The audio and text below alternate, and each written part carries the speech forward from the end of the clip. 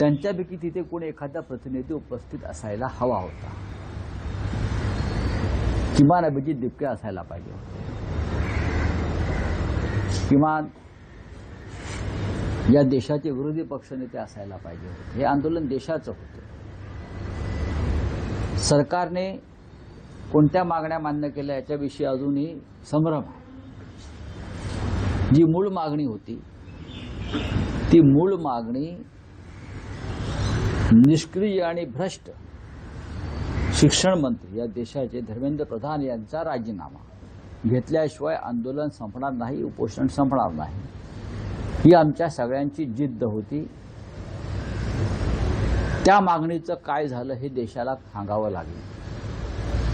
धर्मेंद्र प्रधान यांना का वाचवलं जात आहे आणि धर्मेंद्र प्रधान जर वाचवले जाणार असतील तर सोनम वांगचुक यांचं 26 दिवसाचं उपोषण काय कामाचं.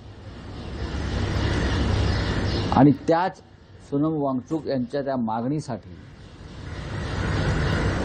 लाखो लोक देशभरात रस्त्यावर उतरले, जंतर मंतरपर्यंत पोहोचले. एक मुलगी शहीद झाली, एका मुलीचा मृत्यू झाला काल हिंसाचारात पोलिसांनी अमित शहांच्या पोलिसांनी त्यांच्या आदेशाने अत्याचार केले, डोके फोडली, हाडं तुटली.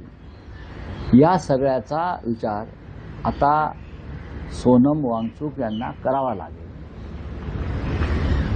जरी सोनम वांगचुक यांचं उपोषण संपलं असलं तरी मला असं वाटतं देशभरातलं आंदोलन जे शिक्षण पद्धती बदलण्यासाठी देशातल्या हुकुमशाहीशी टक्कर घेणारं एक आंदोलन जे उभं राहिलं आहे ते आंदोलन आता थांबणार नाही. मुंबईमध्येच आज एक महत्त्वाचं आंदोलन आहे. शिवतीर्थावर शिवाजी पार्कला आदित्य ठाकरे युवासेना प्रमुख यांनी आज आणि इतर सगळ्या संघटना संस्था मिळून राष्ट्रगान आंदोलन आहे. त्यानंतर रविवारी माननीय उद्धव ठाकरे आणि माननीय राज ठाकरे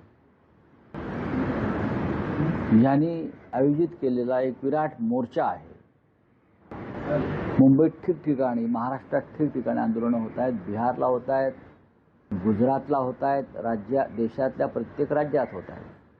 त्याच्यामुळे वांगचुक यांचा उपोषण सोडल्यामुळे आंदोलनं थांबतील या भ्रमात जर सरकार असेल तर ते पूर्णपणे चुकीचं आहे. याच्यामध्ये विरोधी पक्षाला विश्वासात घेऊन सरकारनं ही पावलं उचलायला पाहिजे होती. सरकार म्हणतात किंवा आमच्या राज्याचे विद्वान मुख्यमंत्री म्हणतात आम्ही चर्चेला घाबरतो. आम्ही चर्चेला कशाला घाबरतो? चर्चा तुम्हाला हवी आहे.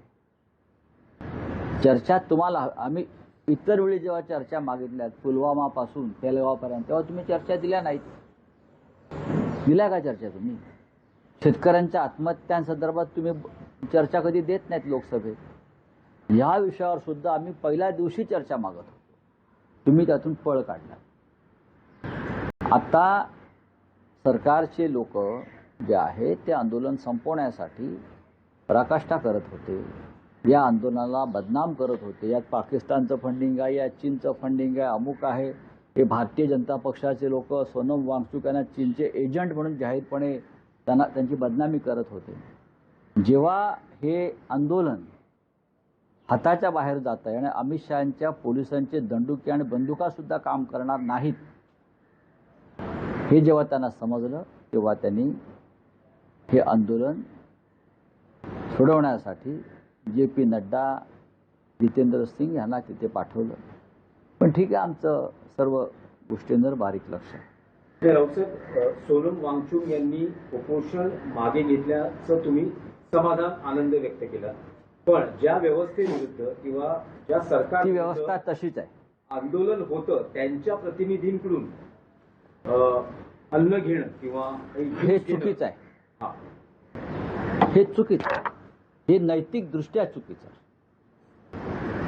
सोनम वांगचुक यांनी उपोषण जर सोडायचं होतं तर एका अत्यंत जखमी झालेल्या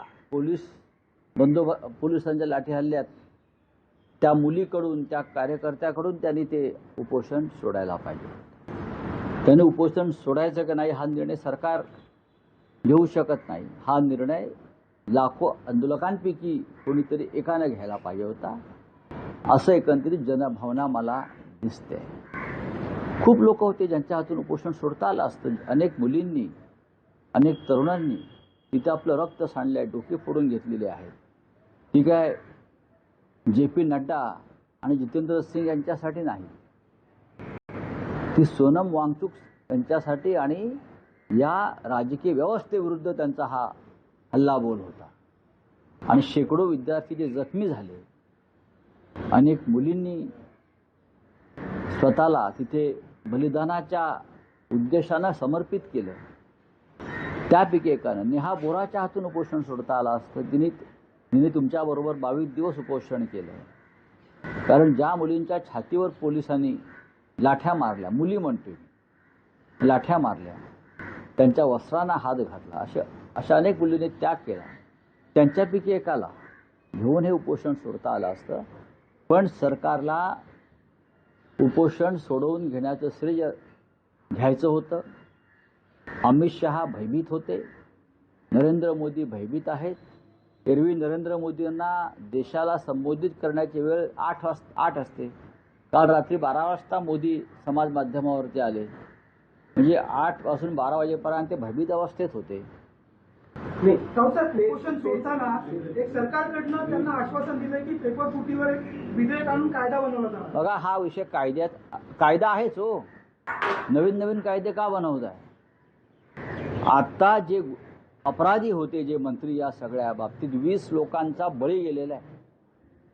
20 मुलांनी आत्महत्या केल्या. त्यांच्या पालकांशी आपण बोललात का या विषयावर? त्या सगळ्यांच्या आई आणि वडील, भाऊ आणि बहीण या कालच्या आंदोलनामध्ये पोलिसांच्या लाठ्या खात होते. त्यांच्या भावना महत्त्वाच्या आहेत, अत्यंत महत्त्वाच्या आहेत त्यांच्या भावना, हे लक्षात घ्या. त्यांच्याशी कोणीच चर्चा केली नाही. म्हणून मी असं म्हणतो,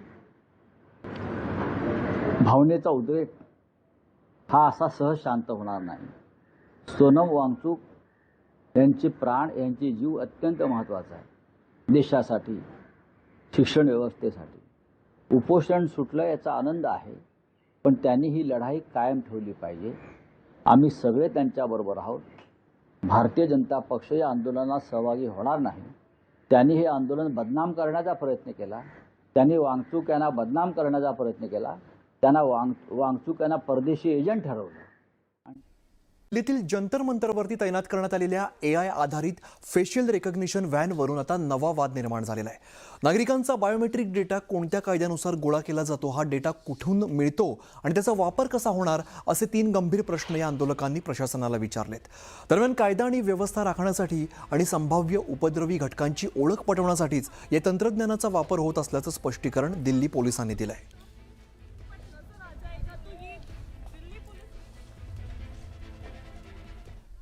तर CGPने आज देशव्यापी आंदोलनाचं आवाहन केल्याच्या पार्श्वभूमीवरती केंद्रीय गृहमंत्रालयाने सगळ्या राज्य आणि केंद्रशासित प्रदेशातील पोलीस यंत्रणांना सतर्क राहण्याचे निर्देश दिले.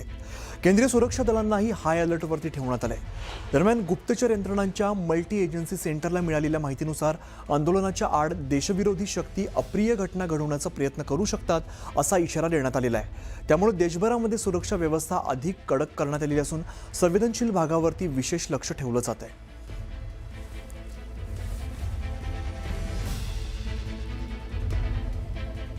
तर नीट पेपर लीक प्रकरणावरून सुरू असलेलं आंदोलन हे लवकर थांबण्याची चिन्ह सध्या दिसत नाहीत, कारण विरोधक आणि विद्यार्थ्यांनी दीर्घकालीन लढाईची रणनीती आखल्याचं सांगितलं जात आहे. दुसरीकडे विद्यार्थ्यांचं आंदोलन आणि घोषणांचा परिणाम आणि जनतेची प्रतिक्रिया लक्षात घेऊन पुढील पावलं उचलण्याची तयारी केंद्र सरकार करत आहे, अशी माहिती सूत्रांनी दिली आहे. मात्र केंद्रीय शिक्षण मंत्री धर्मेंद्र प्रधान यांच्या राजीनाम्याची मागणी हा तोडगा काढण्यातील सगळ्यात मोठा अडथळा ठरत असल्याचं राजकीय वर्तुळात मानलं जात आहे आणि त्यामुळेच शिक्षण मंत्र्यांच्या राजीनाम्यावरून पेच अजून सुद्धा कायम असल्याचं बघायला मिळत आहे.